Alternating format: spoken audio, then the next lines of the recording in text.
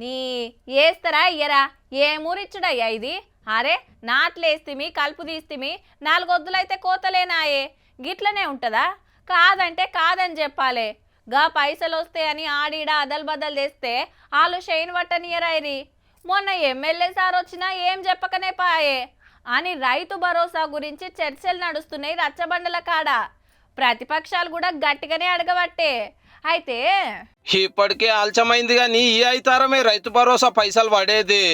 అంటే 22 తారీఖు నాడు సిద్దిపేట జిల్లా నర్మేటలో ఆయిల్ ఫామ్ ఫ్యాక్టరీ చాలు చేసి కట్టుకొత్తంగానే రైతుల ఫోన్లు మోగుతాయట.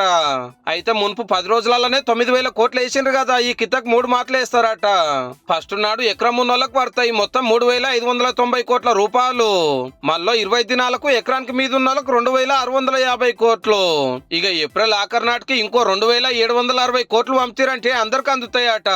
యాసంగికి 1.5 ఎకరాలు సాగైతుంటే 9,000 కోట్ల రూపాయలు పెట్టుబడి సాయం కింద ఇవ్వబోతున్నారు.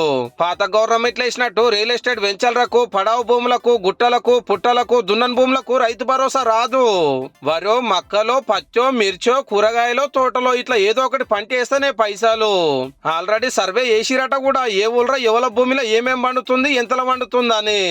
దాన్ని బట్టే పైకము లెక్కకైతే నాట్లు వాడేయాలకే పెట్టుబడి పైకం రావాలి. కలుపు గుళ్ళకో, ట్రాక్టర్ కిరాయిలకో, మందు బస్తాలకో అక్కడికి వస్తుండే. అసొంటిది వరి కోతల ముంగటే ఏవట్టేరి.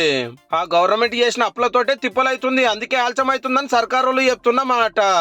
అయితే సన్నాలకు క్వింటాల్కు 500 బోనస్ వేస్తారట. వడ్లు కొని 2-3 రోజులలోనే అకౌంట్ లో పైసలు వేస్తారట. ఈ లెక్కన చూస్తే పెట్టుబడి పైకము పంట అమ్మిన పైకము జరం తటిటుగా 2 ఒకటే పారు వచ్చేటట్టున్నాయి పో.